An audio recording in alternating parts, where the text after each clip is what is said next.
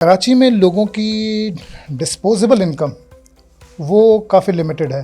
पंजाब में ये जो एक्सपेंसेस हैं, जो मैंने 4 एक्सपेंसेस बताएं, ये कदरे कम हैं, जिसकी वजह से इनकी डिस्पोजेबल इनकम उनकी बेहतर रहती है कराची के लोगों से। तो डिमांड साइड के ऊपर भी और सप्लाई साइड के ऊपर भी ऐसे कौन से अवामिल हैं जो बड़ा स्पीड अप हो गए? हमारी जो डिप्रेस्ड इकॉनमी है वो एक बहुत बड़ा इम्पैक्ट क्रिएट कर रही है डिमांड और सप्लाई के अंदर। दुनिया में एक रीजन के अंदर एक क्योस क्रिएट हुआ, जिसकी वजह से लोग ब्रांड शिफ्टिंग की तरफ चले गए। हमारा पड़ोसी मुल्क है, कुछ सालों पहले इन हालात से गुजरा है हमारे पड़ोसी मुल्क। ये सोचने वाली बात है कि हम अब भी बहुत सारी चीज़ों में बाइंग या इंपोर्ट ओरिएंटेड बिजनेस की तरफ देख रहे हैं। को लगता है कि जो मॉडल लॉजिस्टिक्स का या जिस तरीके की सर्विसेज आउटसाइड पाकिस्तान है, क्या हम उस लेवल पे आ सकें अभी उस क्वालिटी ऑफ सर्विस के लेवल के ऊपर? सबसे बड़ा रीज़न अनसर्टेनिटी का है। हमारे पास अवेलेबिलिटी, आप कहीं से बाय करते हैं, क्या वो चीज़ आपको वक्त पे मिलेगी? तो बहुत सारी जगहों के ऊपर लोग केपेबल हैं, लेकिन बहुत सारी जगहों के ऊपर लोग केपेबल नहीं है। लेकिन ये जितनी भी एकेडमीज़ हैं या यूनिवर्सिटीज़ हैं, इंडस्ट्री का एक्सपोजर नहीं दे सकती। लोगों के अंदर हमारे यहाँ वो टॉलरेंस बहुत कम है।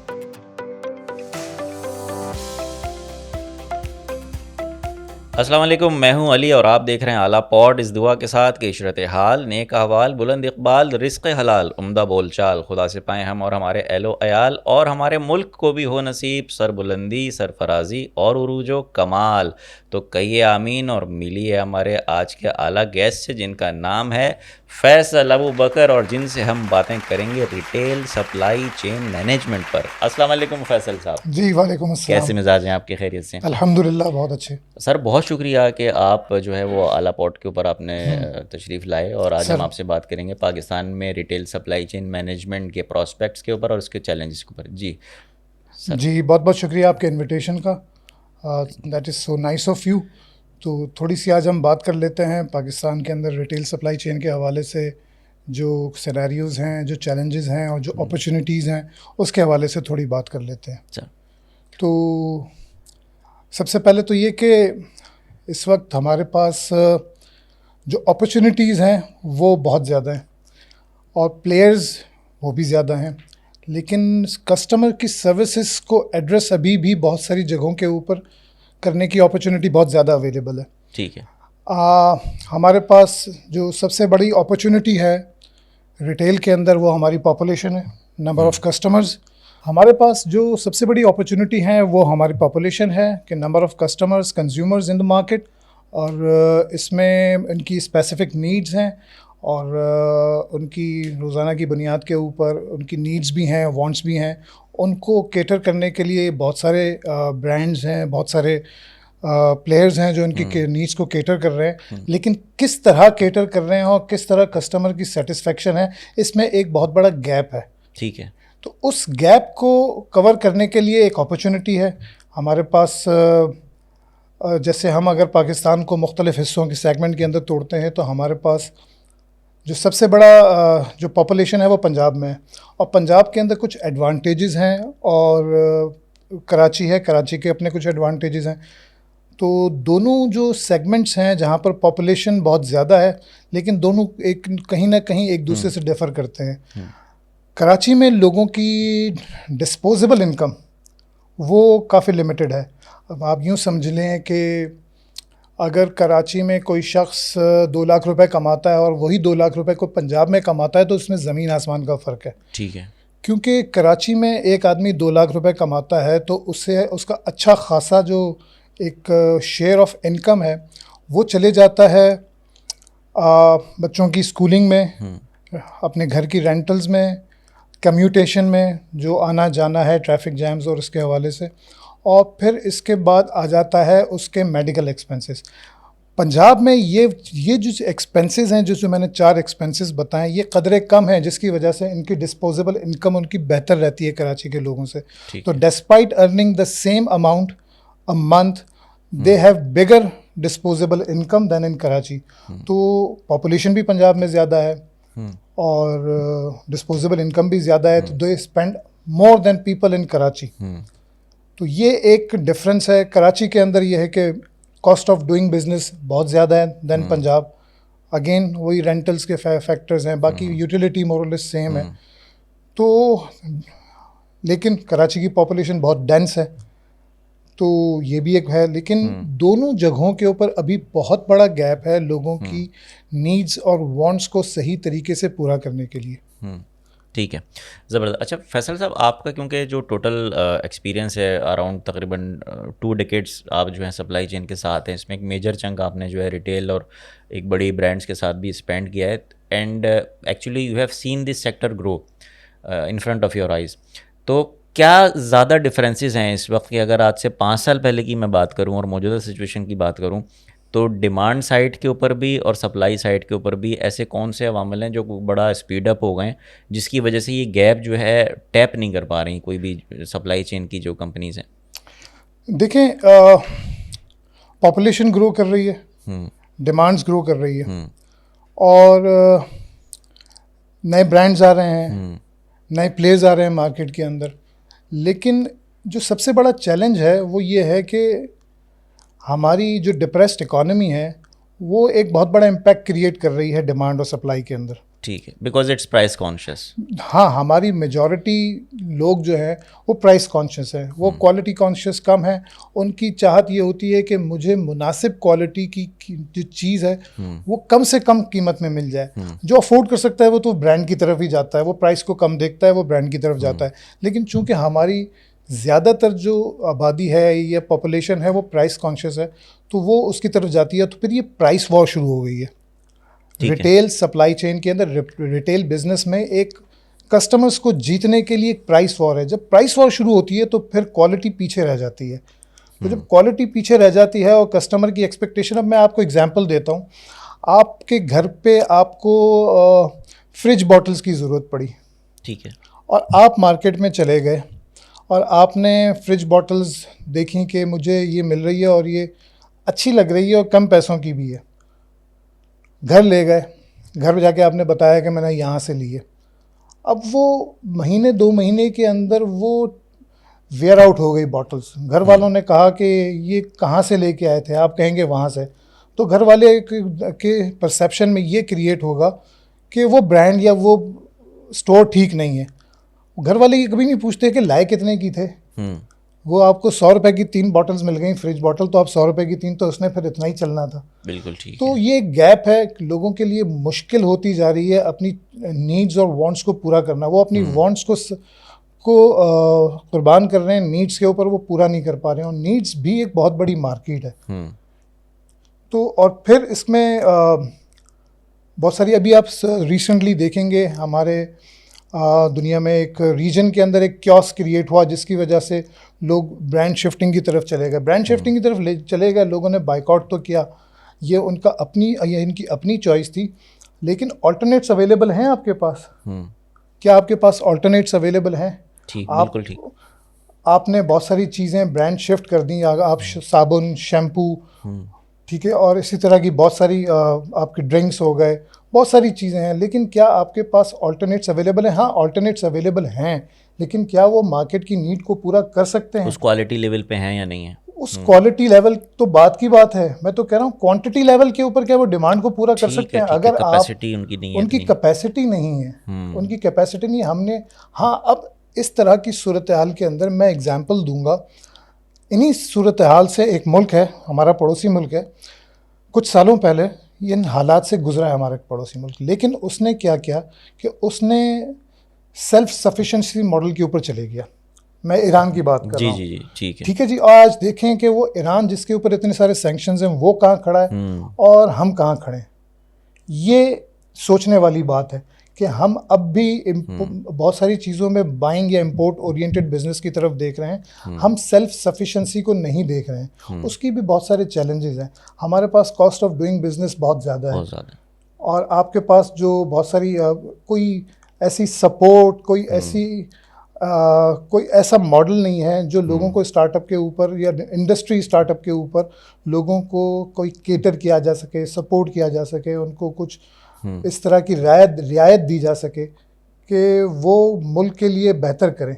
ये एक बहुत बड़ा चैलेंज है। ठीक है। अच्छा चले, ये तो इकोनॉमिक लेवल के ऊपर आपने चैलेंज का तज़किरा किया और यकीनन ये तो तमाम बिजनेसेस के लिए बिल्कुल अपनी जगह एक मुसल्लमा हकीकत है। विद इन सप्लाई चेन अगर हम बात करें एशलॉन्स में, आप क्या समझते हैं कि रिटेल सेक्टर को लेते हुए स्टिल इस वक्त कौन सी ऐसी सर्विस है जो आप समझते हैं कि अपनी फुल पोटेंशियल पे नहीं आ सकी है पाकिस्तान में? For example it can be logistics है, ट्रांसपोर्ट है। आपको लगता है कि जो मॉडल लॉजिस्टिक्स का या जिस तरीके की सर्विसेज आउटसाइड पाकिस्तान है, क्या हम उस लेवल पे आ सकें अभी उस क्वालिटी ऑफ सर्विस के लेवल के ऊपर? देखें, पाकिस्तान के अंदर सप्लाई चेन इटसेल्फ और लॉजिस्टिक्स अभी भी मैं समझता हूँ कि ये अभी अपने एक मैच्योरिटी लेवल के ऊपर नहीं आ सकी है। अभी भी बहुत बड़ा गैप है सप्लाई चेन के अंदर। अब देखें, हम अभी आपने लॉजिस्टिक्स की जैसे बात की, ठीक है जी, हमारे लॉजिस्टिक्स के एक्सपेंसेस हैं। हम सबसे बड़ा रीज़न अनसर्टेनिटी का है।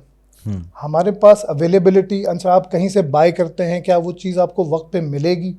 यहाँ पर वक्त पे चीज़ें ना डिलीवर करना या ना मिलना, इसके ऊपर बहुत ज़्यादा हम लोग कंसर्न नहीं है।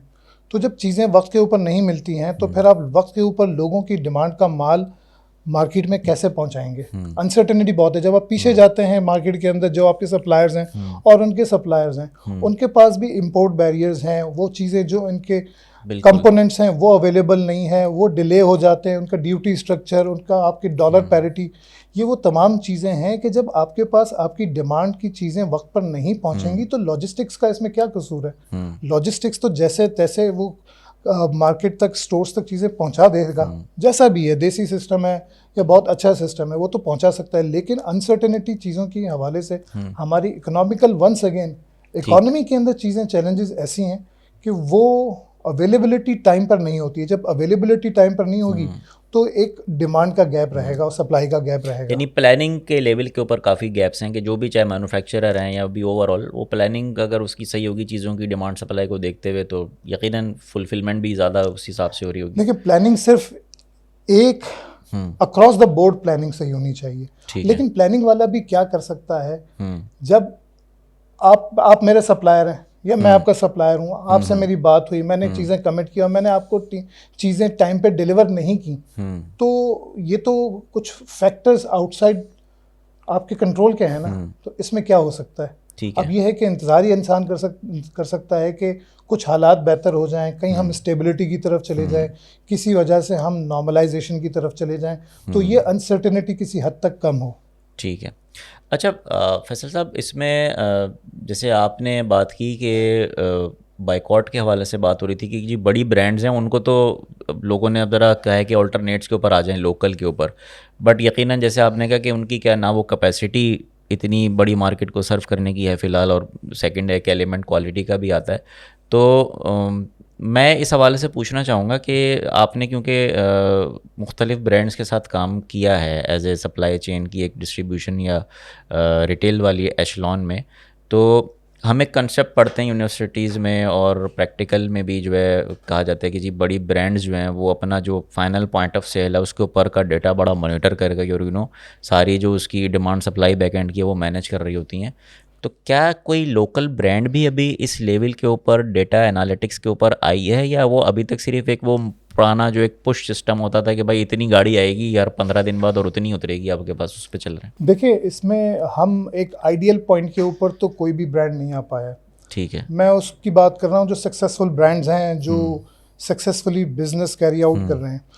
हाँ, कुछ अब देखें, इसके अंदर जो आप इसकी बात कर रहे हैं कि स्टॉक पुश एंड स्टॉक पुल की, तो हमारे रिटेल के अंदर जो ट्रेडिशनली स्टॉक पुश का सिस्टम हुआ करता था, स्टॉक पुश स्टॉक पुल के हवाले से, एक तो इसका सबसे बड़ा चैलेंज ये है कि पाकिस्तान में रिटेल सप्लाई चेन के हवाले से नॉलेज या एजुकेशन देने वाला कोई इंस्टीट्यूट नहीं है। जो जितने भी लोग इस वक्त इस डिसिप्लिन के अंदर जो नॉलेज या नो हाउ रखते हैं वो अपने एक्सपीरियंस के थ्रू ही रखते हैं। कोई लिटरेचर, कोई एकेडमिक्स, कोई कोर्स तो है नहीं। ठीक है, तो ये गुड एक तरह से अच्छा भी है और एक तरह, क्योंकि एक ऑथेंटिक नॉलेज नहीं है, वो प्रैक्टिकल नॉलेज है। तो और डिफरेंट सिनेरियो बेस्ड लोगों के एक्सपीरियंस हैं, लोगों के एक्सपीरियंस और नॉलेज मैं समझता हूँ कि वो ऑथेंटिक नहीं है, बायस्ड है, लेकिन वो ना होने से कदरे बेहतर है। तो कुछ प्लेयर्स हैं जिन्होंने इसके ऊपर काम किया है। अब मैं जिस कंपनी को या जिस ब्रांड को रिप्रेजेंट करता हूँ, they have make this shift pretty well in पिछले 2-4 सालों के अंदर। उन्होंने ये बहुत सारी चीज़ें स्टॉक पुश के बजाय स्टॉक पुल के ऊपर लेके चले गए हैं। चीज़ें सिस्टम्स इन प्लेस हो गए हैं जो स्टोर्स को कुछ चीज़ें होती हैं जो उनकी डिमांड की होती हैं, सिर्फ उतनी ही डिमांड भेजी जाती हैं, लेकिन फिर भी वो सिस्टम सपोर्टेड है, उसमें अपने सिस्टम्स अपने इन प्लेस काम कर रहे हैं, वो सजेस्ट करते हैं। लेकिन फिर भी पाकिस्तान के अंदर एक और बड़ा स्किल्स की स्केर्सिटी का भी एक बहुत बड़ा प्रॉब्लम है। बिल्कुल ठीक है कि हम अगर फ्रंट एंड की बात करते हैं, स्टोर एंड की बात करते हैं, तो बहुत सारी जगहों के ऊपर लोग केपेबल हैं, लेकिन बहुत सारी जगहों के ऊपर लोग केपेबल नहीं है कि स्टॉक पुल को समझ के उसको हिसाब से अपने पास चीज़ें मंगाएं, अपनी जगह, अपनी कैपेसिटी, कस्टमर की डिमांड और 80-20 और इस तरह की चीज़ों को देख के अपनी डिमांड स्टॉक पुल की बात करें। तो ये मिक्स एंड मैच कुछ जगहों पे चल रहा है, बहुत सारी जगहों के ऊपर ट्रेडिशनल मेथड चल रहा है, तो ये एक मिक्स किस्म की सूरत हाल है। सही। अच्छा फैसल साहब, अब पिछले कुछ अरसे में ट्रेंड तो आ गया है कि जी बड़ा आपने देखा होगा कि सर्टिफिकेशंस का भी व्हाट आई वुड से कि मतलब अगर लाइटर नोट पे हम कहूँ तो जुम्मा बाज़ार लगा हुआ है कि यार ये भी हो रही है वो भी हो रही है और हर तरीके से, और लोग आ भी रहे हैं मार्केट में। जो यंगस्टर्स हैं वो उस स्किल सेट के साथ आ रहे हैं, यूनिवर्सिटीज़ भी उनको MBAs भी करा रही हैं, अच्छी अच्छी बड़ी डिग्रीज़ लेकर आ रहे हैं। बट स्टिल अगर आप voice of customers type group देखें तो वहाँ पे आपको हर ब्रांड से रिलेटेड कंप्लेंट्स मिल रही होती हैं, इधर या तो वो क्वालिटी में होगी या तो वो जी पता चलेगा कि जी टाइमली डिलीवरी नहीं है या इस तरीके के मसाइल। तो ये मसाइल भी क्यों बढ़ते चले जा रहे हैं? अगर एक एजुकेटेड और स्किल्ड जेनेटरी आ रही है तो मसाइल हल क्यों नहीं हो रहे? देखें, बहुत सारे कॉलेजेस, एकेडमीज़, यूनिवर्सिटीज़ और इसके अलावा बहुत सारे लोग सर्टिफिकेशंस को कोर्सेज ऑफ़र कर रहे हैं, लेकिन ये जितनी भी एकेडमीज़ हैं या यूनिवर्सिटीज़ हैं, देखें ये आपको इंडस्ट्री का एक्सपोजर नहीं दे सकती। ठीक है। बहुत सारी मर्तबा ऐसा होता है, इवन मेरे साथ भी हुआ, मुझे लगता है कि 99% लोगों के साथ होगा। हम बुक्स में पढ़ के कुछ आते हैं, ग्राउंड रियलिटीज़ डिफरेंट होती हैं जो बुक्स कवर नहीं कर पाती हैं। हर रीजन का, हर मुल्क के एक अलग ऐसे चैलेंजेस होते हैं जो बुक्स के अंदर कवर नहीं होते। तो उसमें रिस्पॉन्ड कैसे करना है, ये कॉमन सेंस की बात है। बुक से वो पढ़ के नहीं आए, वो तो बुक से जो पढ़ के आए, टीचर्स ने जो बताया और वो बेस्ट प्रैक्टिसेस पढ़ के आए। हमारे पास जो एकेडमिक्स में बुक्स होती हैं वो कहाँ की लिखी हुई होती हैं, वो अपने सिनेरियो बेस्ड लिखी हुई थी। वो सिनेरियोज हमारे पास नहीं है, हमारे पास लोकल केस स्टडीज ही नहीं है आपके पास। हमारे पास लोकल केस स्टडीज़ नहीं है, लोकल स्टोरीज नहीं है, हम इसके ऊपर बात नहीं करते। तो यूनिवर्सिटीज़ एंड कॉलेजेस क्या करते हैं कि लोकल जो प्रोफेशनल्स हैं उनके गेस्ट स्पीकर्स को बुला के लेक्चर्स लेते हैं, लेकिन वो आधे एक घंटे में कितना डिलीवर कर सकता है अपने सालों का एक्सपीरियंस। तो और लोग अपने एकेडमिक से बाहर नहीं निकलते। तो चाहे दुनिया की कितनी ही बड़ी यूनिवर्सिटी हो, उसका काम आपको एक फ़िलॉसफी समझाना है, आपको एक फ्रेमवर्क समझाना है, लेकिन फिर उस फ्रेमवर्क को एग्जीक्यूट कैसे करना है, ग्राउंड रियलिटीज़ को सामने रखने में, ये पर्सन टू पर्सन डिपेंड करता है। कुछ आपके पास गॉड गिफ्टेड सलाहियतें होती हैं, कुछ आपको अर्न और लर्न करनी पड़ती हैं, ताकि जब आप जगह पर जाएं तो बिल्कुल कहीं आपने 4-4, 6-6 सालों की एकेडमिक्स लेने के बाद, सर्टिफिकेशंस लेने के बाद जब आप जाते हैं वहाँ पर, तो मैं तो समझता हूँ कि ऐसे लोगों को थोड़ा सा टाइम स्पेंड करना चाहिए अपनी एकेडमिक्स के साथ। जो 4-6 साल का या 1-1 साल के जो डिफरेंट सर्टिफिकेशन प्रोग्राम्स होते हैं, उनको इंडस्ट्री को, इनका ज़्यादातर टाइम 70% टाइम इंडस्ट्री को विज़िट करना चाहिए, वहाँ के लोगों से मुलाकातें करनी चाहिए, बजाय इसके कि आप 3 महीने 6 महीने में एक गेस्ट स्पीकर का इंतज़ार करें कि वो आ जाए। आप इस तरह के प्रोफेशनल्स के पास जाएं वीकली बेसिस के ऊपर, उनसे अपना रिलेशनशिप बनाएं, उनसे अपना कांटेक्ट बेस बनाएं और उनके पास जाके उनको अपना उस्ताद बनाएं। Rightly said. ठीक है, ताकि वो उनको बताएं, ताकि उनका उस हवाले से दिमाग चलना शुरू हो, उनको पता चले कि हाँ ग्राउंड रियलिटीज़ हमारे पास डिफरेंट है than rest of the world. तो उसमें कोप अप कैसे करना है, लोग किस तरह कर रहे हैं। लोगों की सक्सेस स्टोरीज तो हम पढ़ते हैं, लेकिन सीख जो है वो सक्सेस स्टोरीज से कम मिलती है, फेलियर स्टोरीज मिलती नहीं है। असल सीख तो फेलियर स्टोरीज से होती है। आप 100 फैक्टर्स पढ़ते हैं जो आपको बताया जाता है कि ये 100 फैक्टर्स हैं, 50-80 फैक्टर्स हैं जिससे आप सक्सेस को इंश्योर कर सकते हैं, लेकिन फेलियर स्टोरीज के अंदर आपको वो कॉमन पॉइंट्स मिलेंगे, 15-20 सिर्फ कॉमन पॉइंट्स हैं, ये अवॉइड करने हैं। वो फेलियर स्टोरीज नहीं पढ़ाई जाती हैं, ना मिलती हैं अवेलेबल, ये वहीं इंडस्ट्री में जाके मिलेंगी। तो फेलियर स्टोरीज को अगर आप बहुत सारी फेलियर स्टोरीज को 10-15 फेलियर स्टोरीज को आप जमा करेंगे और उसमें से कॉमन पॉइंट्स निकालेंगे तो आपको पता चलेगा ये वो 20 कॉमन पॉइंट्स हैं जिनको अवॉइड करना है।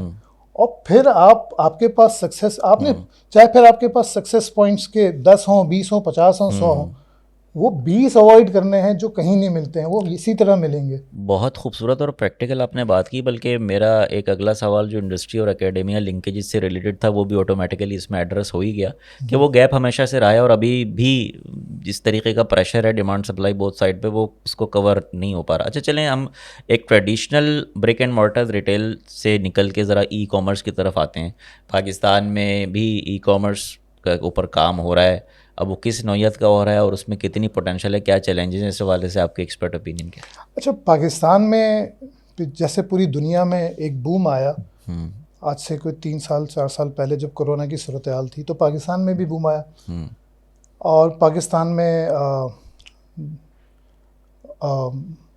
ऑनलाइन ई कॉमर्स के हर जिसको चांस मिला उसने ये काम शुरू कर दिया। तो जिस तेज़ी से ये लोग आए थे उस तेज़ी से जो है फिर कम होते चले गए, ख़त्म होते चले गए, अब थोड़े से प्लेयर्स रहे। पाकिस्तान का सबसे बड़ा चैलेंज जो है वो वंस अगेन मैं इसको यही कहूँगा कि हमारी डिप्रेसिंग इकोनॉमी है ई कॉमर्स का सबसे बड़ा चैलेंज। चूँकि हमारे पास जो कस्टमर्स हैं वो बहुत एंटाइसिंग ऐड देख के सोशल मीडिया पे या इलेक्ट्रॉनिक मीडिया पे एंटाइसिंग ऐड देख के ऑर्डर कर देते हैं चीज़ें, और फिर जब उनके पास आती हैं तो वो जो एक्सपेक्ट कर रहे होते थे देख के ऐड में वो वैसे नहीं होती है। इसकी वजह यह है कि लोग प्राइस कॉन्शियस हैं, प्राइस को देख के या चीज़ों को देख के ऑर्डर कर देते हैं। लेकिन ई कॉमर्स वायबल उन्हीं जगहों पे, उन्हीं रीजन्स के अंदर दुनिया में रहता है जहाँ पर लोग ब्रांड कॉन्शियस हैं, क्योंकि उनको पता है कि मैंने इस ब्रांड के साथ एक्सपीरियंस किया है, इंटरेक्ट किया है, और जब मुझे मिलेगा तो ये एग्जैक्टली वही होगा।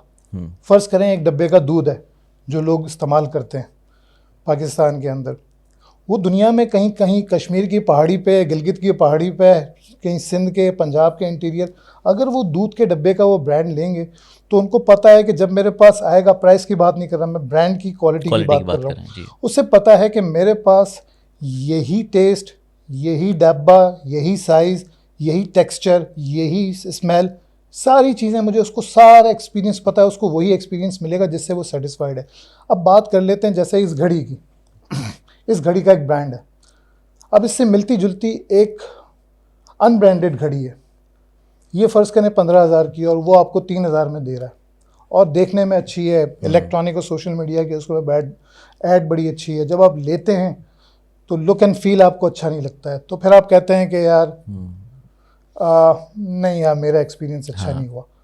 तो ब्रांडेड घड़ी में बुरा वक्त भी अच्छा लगता है। हाँ, देखें अब बात ये कि आपने उसको एक्सपीरियंस किया हुआ है ना, आप उसके फीचर से पता है, आपको एक साइकी भी है।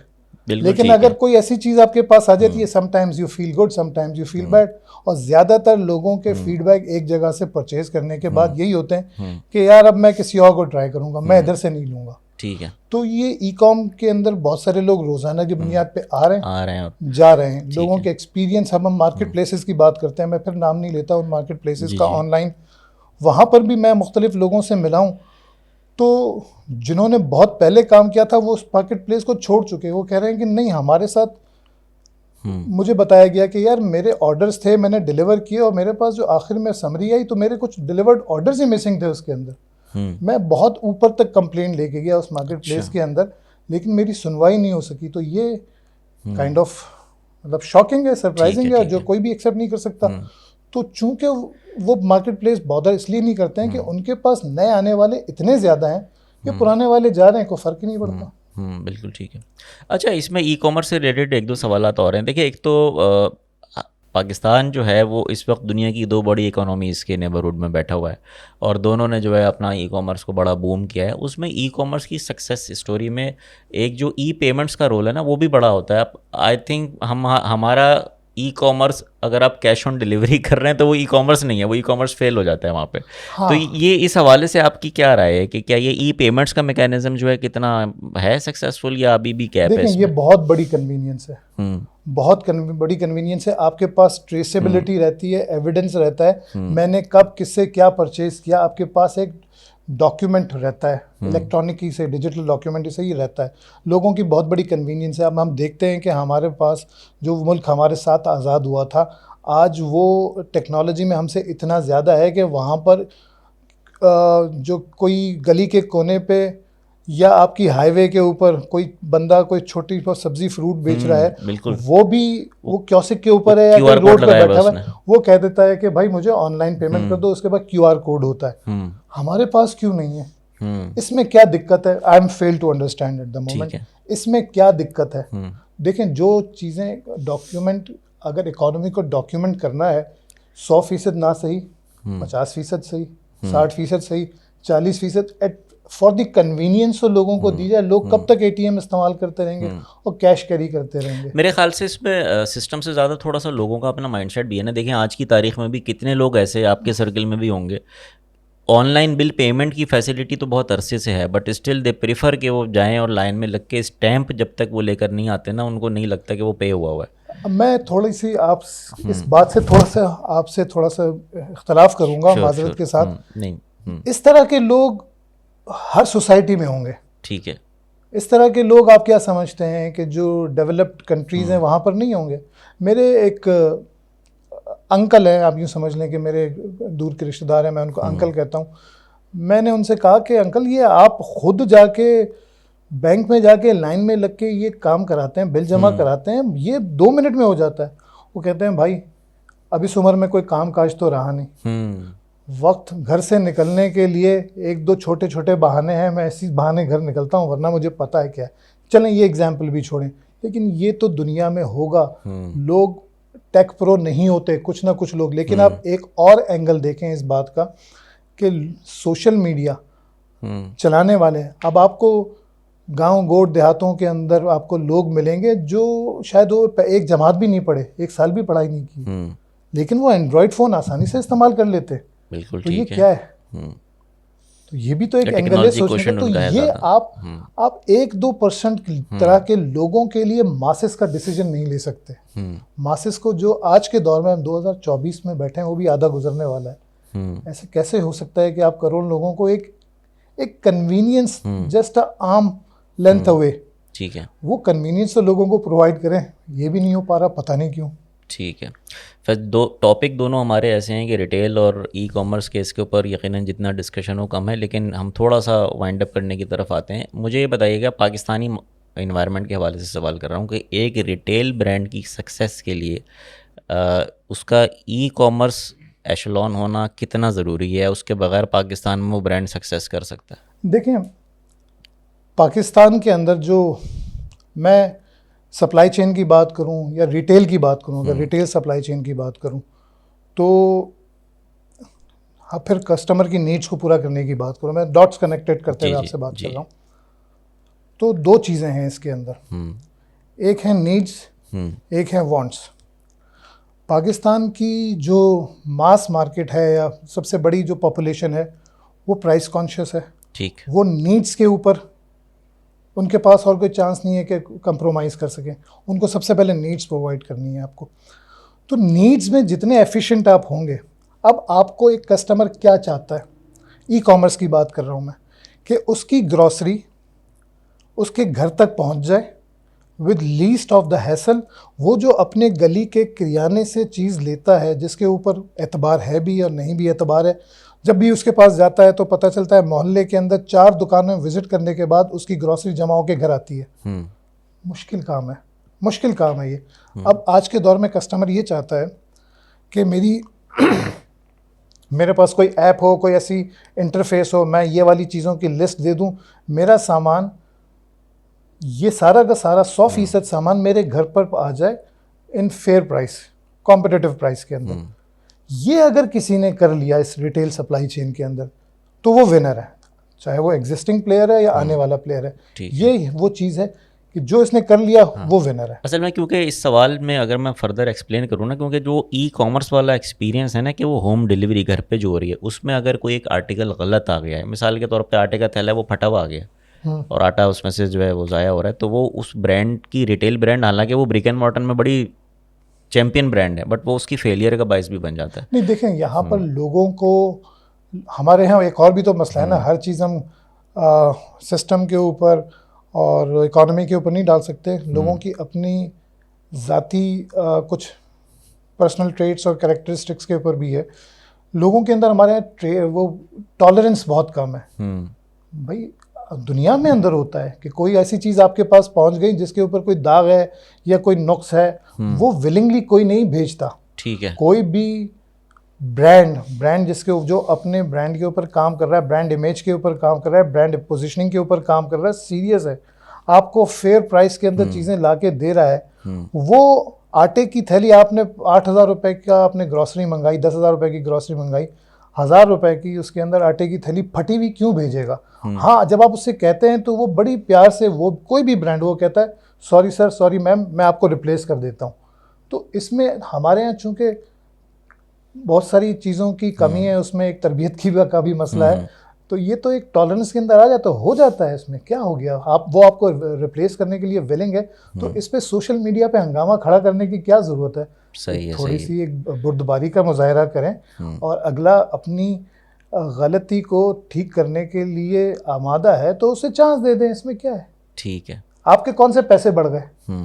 और अगर नहीं है तो फिर वो अलग बात है, फिर आप बेशक जो है उनके दूसरे लेवल्स के ऊपर एस्केलेट कर दें, सोशल मीडिया पे डाल दें। होता है, बहुत सारी ब्रांड्स होती हैं जी रिटर्न नहीं कर रहे। ये सोशल मीडिया पे देखें, मैं कह रहा हूँ कि आपने मुझे डिलीवर किया या आपकी टीम ने मुझे डिलीवर किया, उसमें एक चीज़ के अंदर एक नुक्स है, वो मैंने उस बंदे जो डिलीवरी बॉय बोलता है कि ठीक है जी मैं आपको रिप्लेस कर देता हूँ, ठीक है, वो आके अगले दिन या शाम तक 2 घंटे में आके रिप्लेस कर देता है। इसको सोशल मीडिया पे एस्केलेट करने की क्या जरूरत है? ठीक है, कुछ करना भी है ना, मोबाइल हाथ में तो कुछ तो करेंगे। तो प्रोडक्टिव करें ना काम। और डेटा पैकेजेस भी बड़े सस्ते हैं, आपको पता है। देखिए काम तो ये तो अब चलें डिस्कशन को थोड़ा सा मैं कंक्लूजन की तरफ लेकर आता हूँ। आखिर में 1-2 पॉइंट्स ये कि जो पाकिस्तान की पॉपुलेशन है और यकीनन एक मास मार्केट और उसकी नीड्स की हम बात कर रहे हैं, तो ओवरऑल आप समझते हैं कि जो डिपार्टमेंटल स्टोर्स का तमाम ब्रांड्स मिला के फुटप्रिंट है वो अभी डिसेंट इनफ है, या इसमें फर्दर एक्सपेंशन आप समझते हैं कि होनी चाहिए? और बहुत ज़्यादा गुंजाइश है। अच्छा, इसमें एक्सपोनेंशियल ग्रोथ की बहुत बड़ी गुंजाइश है, इस वजह से कि लोगों के लिए, वो लोग चाहते हैं, अब लोगों के पास इतना वक्त नहीं है कि ग्रॉसरी शॉपिंग के लिए अपने दिन का एक बहुत बड़ा हिस्सा स्पेंड करें कहीं। वो इसे समझते हैं, ज़्यादातर लोग इसे समझते हैं कि मेरे वक्त का ज़िया है, क्योंकि इसमें जब आप वीकेंड्स के ऊपर बहुत सारे लोग जाते हैं तो डिपार्टमेंटल स्टोर्स हो गए या सुपर स्टोर्स हो गए या हाइपर स्टोर्स हो गए, उनमें रश भी होता है, तो कुछ लोग इन्जॉय करते हैं, ज़्यादातर लोग इन्जॉय नहीं कर पाते। वो कहते हैं कि ये हैसल है, मुझे हैसल फ्री सर्विस किसी तरह मेरे घर पे मिल जाए, मैं पे कर दूं, कोई और somebody else doing it। वो कहते हैं थोड़ा सा अगर प्रीमियम भी पे करना पड़े कर लो, लेकिन ये सब आ जाए। वही 2-3 घंटे मैं घर पे रेस्ट कर लूँ, किसी रिलेटिव के यहाँ चला जाऊँ तो वो उसको अपॉर्चुनिटी हैसल है, वो उसमें थकता है। वो अपनी छुट्टियों के एक दिन 4 घंटे जिसमें वो रिलैक्स कर सकता है, कोई प्रोडक्टिव काम कर सकता है, फैमिली के साथ टाइम स्पेंड कर सकता है। फैसल साहब, फिर ये अगर एक्सपोनेंशियल ग्रोथ का रूम है तो फिर व्हाट्स स्टॉपिंग दीज ब्रांड्स के वो आए कैप्चर करें? क्या कॉस्ट ऑफ डूइंग बिजनेस? अच्छा देखें, हम कंपेयर कर लेते हैं हमारे सुपर स्टोर्स या हमारे रिटेल मॉडल्स को और हम किसी अच्छे मुल्क के सुपर स्टोर्स को। वहाँ पर आपको कस्टमर की कंप्लेंट्स कम मिलती हैं, यहाँ पे ज़्यादा मिलती हैं। वंस अगेन वही प्राइस कॉन्शियस का मामला है। They are actually willing to pay for the convenience because they can afford ठीक है to pay for the convenience. ठीक है, और वो कन्वीनियंस है कि मैं जाऊँ और मुझे जो है ना वो मैं ऑटोमेटेड तरीके से शॉपिंग कर लूँ, मुझे चेकआउट में ना खड़ा होना पड़े, मैं अपनी ट्रॉली लूँ, डालूँ, पैसे हो जाएं और मुझे प्राइस क्वालिटी वाइज भी चीज़ें अच्छी मिले। तो आपको क्वालिटी के लिए भी पे करना है और कन्वीनियंस के लिए भी पे करना है। और यहाँ पर तो कट थ्रोट कॉम्पिटिशन है, प्राइस कॉन्शियस मार्केट है। बिल्कुल तो ठीक जब लोग उसके लिए उसको अफोर्ड ही नहीं कर सकते तो ये हैसल से तो गुजरना पड़ेगा। स्पेशली ग्रॉसरी शॉपिंग के हवाले से तो अभी हम जैसे प्री शूट बात भी कर रहे थे, तो जो कंज्यूमर है वो तो यानी कि रिटेल ब्रांड के साथ लॉयल भी नहीं हो, तो ये देख रहा होता है कि आज वीकली डील में आलू का रेट कौन सी ब्रांड के ऊपर सस्ता है वो वहाँ चला जाएगा। नहीं, ये कहीं कभी कभी काम करता है, ऑल द टाइम काम नहीं बिल्कुल। करता। देखें, अब आप फ़र्ज़ करें कि जैसे आपने आलू का नाम लिया, आलू फ़र्ज़ करें मार्केट में 40 रुपए किलो है, वो ब्रांड कह रहा है कि मैं आपको 10 रुपए किलो दे रहा हूँ, कितने आलू ख़रीद लेंगे आप? बिल्कुल ठीक है, कितने आलू ख़रीद लेंगे? 2 किलो, उसके आगे वो भी कैप लगा देते हैं। कैप लगाते हैं वो भी जी। ठीक है जी। तो इतनी हैसल करने के बाद मुझे बाज़ औक़ात जो है, मैं अब तो खैर सीएनजी वाला जो सीएनजी फिलिंग स्टेशन के ऊपर इतना रश कम हो गया है, वरना आज से 2-3 साल पहले देखता था बड़ी बड़ी गाड़ियाँ सीएनजी के बाहर खड़ी होती थी। तो मैं कहता इनका वक्त इम्पॉर्टेंट है या वो अर्ली मॉर्निंग से ही लाइन में लग जाते थे वो। वक्त बिल्कुल इम्पॉर्टेंट है या जो बिल्कुल 200-400 रुपए बचाना है वो ज़्यादा इम्पॉर्टेंट है? बिल्कुल सही। तो ये भी हमारे यहाँ लोगों के अंदर थोड़ी सी जो है वो एक प्रॉब्लम है कि वो इस मॉनिटरी और non monetary cost benefit analysis के हवाले से भी थोड़ी सी जो है ना लोगों को अवेयरनेस चाहिए। ठीक है फैसल साहब, आखिरी सवाल, Faisal Abu Bakar in the capacity of a seasoned retail supply chain professional, couple of things that you would want कि पाकिस्तान में बेहतर हो जाए इस सेक्टर में जिसकी वजह से इसको फर्दर ग्रोथ मिले। सप्लाई चेन को लेते हुए, इकोनॉमी की बात नहीं कर रहा, पॉलिसीज़ की बात नहीं कर रहा।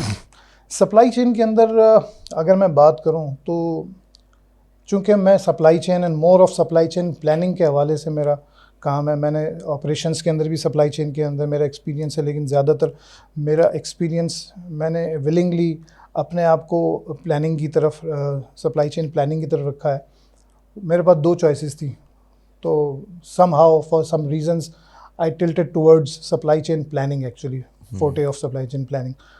तो मुझे जो सक्सेस नज़र आती है ना, वो एक तो something which is with in the controls of the brands है, वो ये है कि अंडरस्टैंडिंग 80-20 रूल। ठीक है जी, हर किसी भी प्रोडक्ट के तमाम वेरिएंट्स को बराबर जगह दी जाती है ना, और बराबर ऑर्डरिंग की जाती है।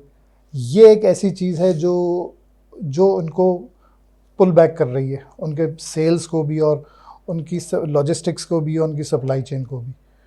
दूसरी बात यह है कि हमने जो अब जहाँ मैं काम कर रहा हूँ, I am proudly I can name Chase Up, जहाँ पर हम इस पे काम करना बहुत पहले शुरू कर दिया है कि how much stock holding we should have. Stock holding एक थ्रेशोल्ड के अंदर होनी चाहिए ताकि हम अपनी एफिशिएंसी को इम्प्रूव कर सकें।